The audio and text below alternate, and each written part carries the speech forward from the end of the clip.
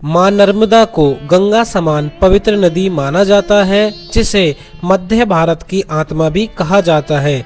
इस पवित्र नदी के तट पर स्थित है ओमकारेश्वर द्वीप, जो कि निवास स्थल है देवों के देव महादेव का। महादेव के 12 ज्योतिर्लिंगों में से एक ओमकारेश्वर महादेव, जो कि स्वयंभू शिवलिंग है और यही मौजूद है। आदि शिव का ममलेश्वर शिवलिंग, ये भूमि है भक्ति की, यह भूमि है शक्ति की, यह भूमि है मां नर्मदा की पवित्रता की। तो आइए दर्शन करते हैं इस पवित्र धाम के। तो हमारी यात्रा शुरू होती है उज्जैन से। बहुत से भक्त महाकाल के दर्शन के बाद वापस चले जाते हैं, लेकिन मध्य प्रदेश में 2 शिवलिंग हैं 12 में से। पहला श्री महाकालेश्वर, दूसरा ओमकारेश्वर, जो कि उज्जैन से 150 किलोमीटर दूर है, जहां आप टैक्सी, बस या अपने वाहन से आ सकते हैं, जिसमें 4 से 5 घंटे लग जाते हैं। टैक्सी का किराया यहाँ से 400 रुपए और बस में 300 रुपए के आसपास में लग जाते हैं। लास्ट वीडियो में मैंने बताया था कि आप उज्जैन में कहां कहां आप दर्शन कर सकते हैं और सभी तीर्थ स्थल के बारे में, उज्जैन के राजा महाकालेश्वर के आसपास में जितने भी तीर्थ स्थल हैं उन सब के बारे में मैंने आपको बताया था। अब हम आपको लेके आ गए हैं पास में ही स्थित दूसरे शिवलिंग के दर्शन के लिए। माँ गंगा के बाद सबसे पवित्र नदी माँ नर्मदा है, जिनकी परिक्रमा भी होती है, और इन्हीं के तट पर बसे हुए हैं महादेव। ओमकारेश्वर के near by railway station Indore junction है, वहां से भी आप आ सकते हैं। और इंदौर बहुत बड़ा शहर है, तो यहाँ आप फ्लाइट से भी आ सकते हैं। मां नर्मदा एक ऐसी नदी है जिनकी परिक्रमा भी होती है, और इनकी परिक्रमा में काफी आपको मंदिर देखने के लिए मिल जाते हैं, जिनके आप दर्शन कर सकते हैं। साथ ही आपको यहाँ पे संगम भी देखने के लिए मिल जाता है। जब हम उज्जैन से चलते हैं ओमकारेश्वर के लिए, तो लगभग 4 से 5 घंटे का ये हमारा सफर रहता है। इस सफर में 4 से 5 घंटे हमें इसलिए लग जाते हैं क्योंकि अभी रास्ते कुछ जो है वो कच्चे बने हुए हैं। 4 से 5 घंटे के बाद हम पहुंच जाते हैं सीधे हम श्री ओमकारेश्वर तीर्थ नगरी में। जब आप यहाँ उतरोगे तो यहाँ हमें ऑटो मिल जाता है। ऑटो जो है यहाँ से 10 रुपए लेते हैं दोस्तों, थोड़ा आगे मार्केट तक हमें छोड़ देते हैं, तो जल्दी से के लिए आप ना यहाँ से ऑटो ले सकते हैं। जब आपको ऑटो यहाँ छोड़ देंगे, यहीं पर आपको एक मार्केट मिल जाएगी। मार्केट में अगर आप कुछ खाना वगैरह लेना चाहते हैं तो यहाँ खाना पीना आप ले सकते हैं दोस्तों। यही मार्केट से ही रास्ता पूरा गुजरता हुआ जाता है दोस्तों मां नर्मदा के तट के लिए, और वहीं आपको ओमकारेश्वर मंदिर के दर्शन होने वाले हैं।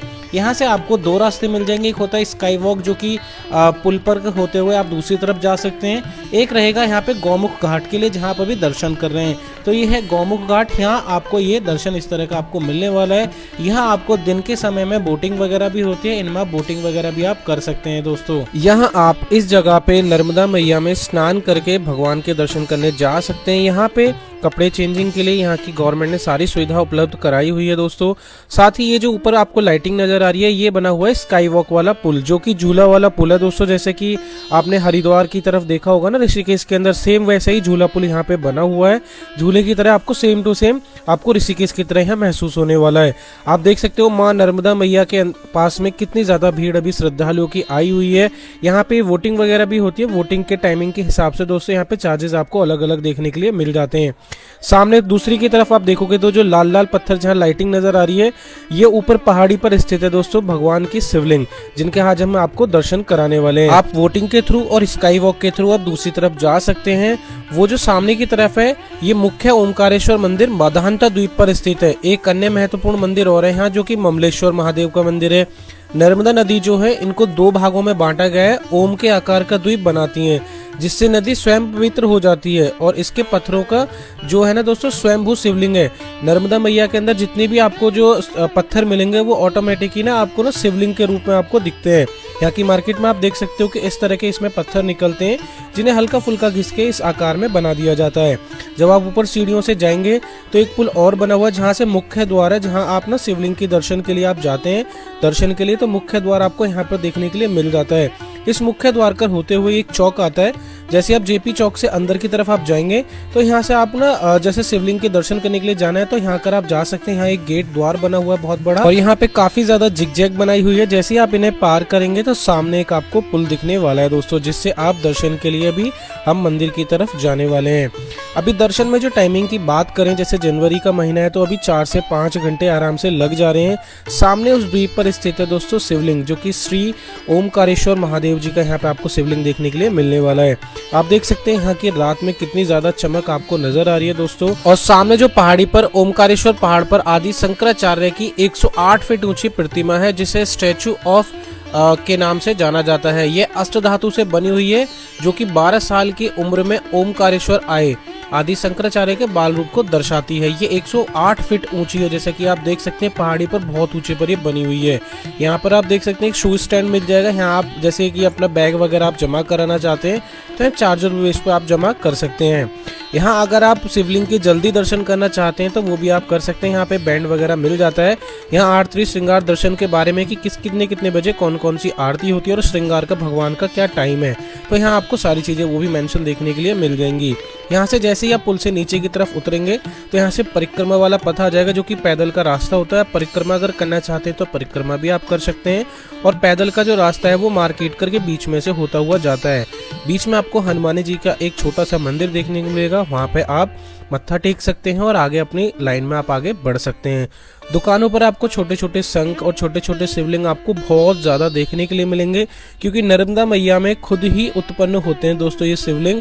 और शिवलिंग जो है आप कोई सा भी पत्थर यहाँ से घर लेकर के जा सकते हैं। सामने जो ऊपर की तरफ ये सीढ़ियां जा रही हैं, आप यहाँ से अंदर जाकर के मंदिर में दर्शन भी कर सकते हैं। यही है निकास द्वार। और जब भीड़ ज्यादा हो जाती है तो नीचे कर सभी यात्रियों को लेकर के जाया जाता है, जो कि बहुत ज्यादा यहाँ से आपको जिगजैग देखने के लिए मिलेगा, क्योंकि पहाड़ी बहुत ऊंची है।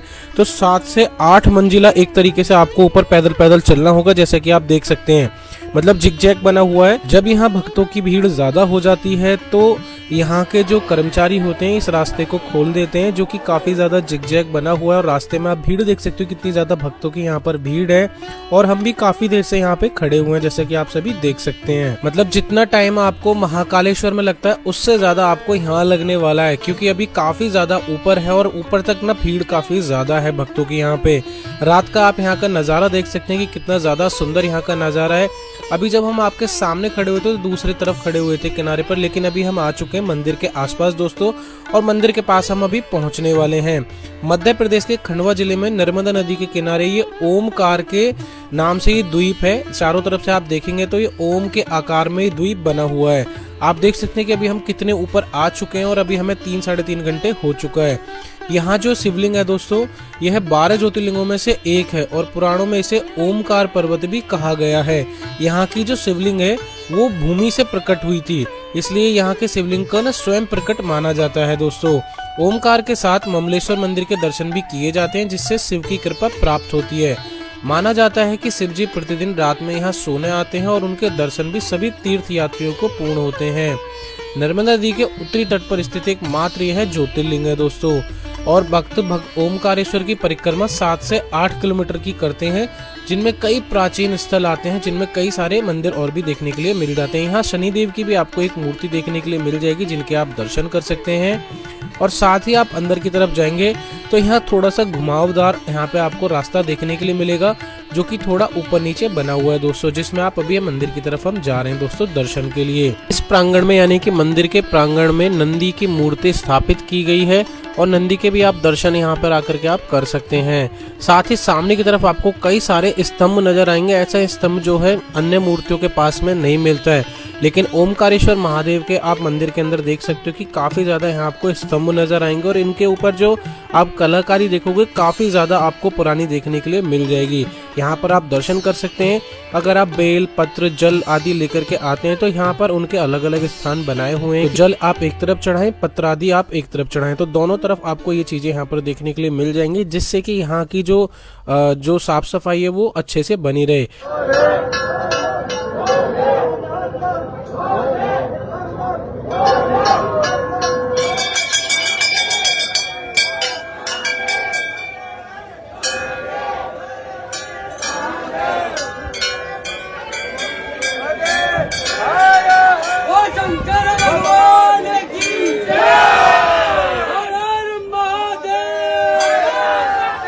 यहाँ सामने की तरफ ही भगवान का आपको शिवलिंग देखने के लिए मिल जाएगा, जिनके आप यहाँ पर आकर के दर्शन कर सकते हैं। काफी दिव्य दर्शन है। ओमकारेश्वर को रहस्यमय अक्षर की अभिव्यक्ति माना जाता है, जिसके बारे में माना जाता है कि यह ब्रह्मांड की रचना से पहले अस्तित्व में आया था। यह क्षेत्र सबसे पवित्र माना जाता है, क्योंकि ऐसा माना जाता है कि शिव के यह 12 ज्योतिर्लिंगों में से एक या प्रकाश के दिव्य लिंगों में से एक के रूप में अवतार लिया था। जैसे ही आप बाहर की तरफ आएंगे दोस्तों तो कुछ इस तरह का आपको यहाँ का नज़ारा देखने के लिए मिल जाएगा। यह रास्ता वही है जिससे अभी हम गए थे और जहाँ आपको काफ़ी ज़्यादा भीड़ देखने के लिए मिल जा रही थी। रात में कपाट बंद कर दिए जाते हैं, इसलिए जितने भी यात्री अंदर होते हैं सिर्फ उनको ही दर्शन करवाए जाते हैं, उसके बाद सभी को बाहर भेज दिया जाता है। तो इस तरह से आप यहाँ आकर के ओमकारेश्वर महादेव जी के दर्शन आप कर सकते हैं। इसके बाद आप इस पुल पर चढ़ के दूसरी तरफ आपको ममलेश्वर महादेव जी का मंदिर है, आप ममलेश्वर की महादेव जी के भी आप दर्शन करें, तभी आपकी यात्रा जो है वो पूर्ण मानी जाती है। यह है दोस्तों श्री ओमकारेश्वर ज्योतिर्लिंग का मंदिर, जहाँ अभी हम दर्शन करके वापस आ रहे हैं। दोस्तों ये मदानता इसका जो मतलब जहाँ ये पहाड़ी है, इसको मदानता पहाड़ी के नाम से भी जाना जाता है और ये ओम के आकार में पूरी पहाड़ी बनी हुई है। इसके दोनों तरफ कर ये जो हमारी नर्मदा मैया है वो गुजरती हैं। आप देख सकते हैं कि कितनी ज्यादा यहाँ पे आपको चमक नजारा कितना अच्छा देखने के लिए मिल जा रहा है। श्री ओमकारेश्वर महादेव के बाद आप परिक्रमा और फिर ममलेश्वर महादेव जी के दर्शन जरूर करें। उसके बाद आप यहाँ पर आप चारों तरफ आप घूम सकते हैं। जब आप यहाँ पे परिक्रमा के लिए जाते हैं तो यहाँ पे आपको काफी ज्यादा और भी मंदिर यहाँ देखने के लिए मिल जाते हैं। यह है श्री ममलेश्वर महादेव मंदिर। इस मंदिर के अंदर भी आप दर्शन करें। दोनों शिवलिंगों को एक ही माना जाता है, इसलिए दोनों शिवलिंगों का दर्शन करना बहुत ही ज्यादा जरूरी होता है, तभी आपकी जो यात्रा है वो पूर्ण मानी जाती है। यहाँ पे जब आप दर्शन के लिए आएंगे तो कुछ इस तरह का यहाँ पे आपको मंदिर का प्रांगण देखने के लिए मिल जाएगा।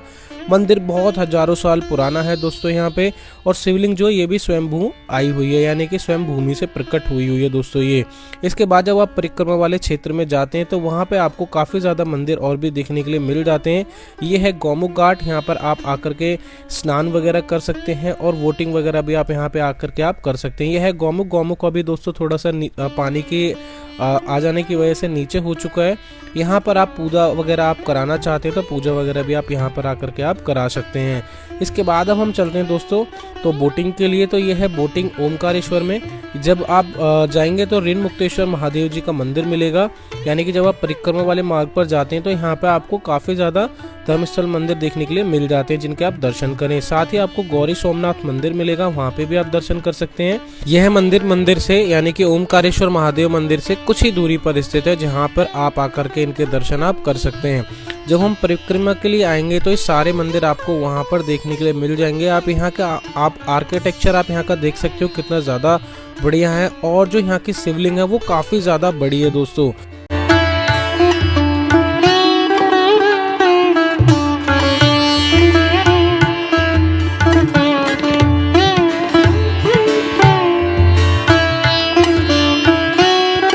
इन सभी के बाद अब अपनी परिक्रमा को आप जारी रख सकते हैं। ये 7 से 8 किलोमीटर की परिक्रमा होती है, आप आराम से इस परिक्रमा को आप पूरा कर सकते हैं दोस्तों। अब हमारे जो है यहाँ पर दर्शन हो चुके हैं, यानी कि ममलेश्वर महादेव के भी दर्शन हो चुके हैं और ओमकारेश्वर महादेव जी के भी दर्शन हो चुके हैं।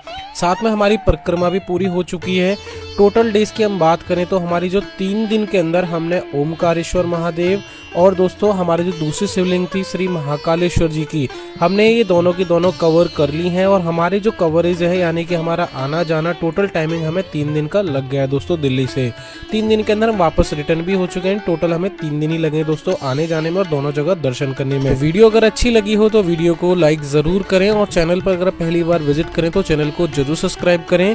तो इस तरह की वीडियो देखने के लिए, जानकारी लेने के लिए आप हमसे जुड़े रहें, और मिलते हैं हम अगली वीडियो में। हर हर महादेव। मिलते हैं फिर एक नेक्स्ट वीडियो में। Thank you.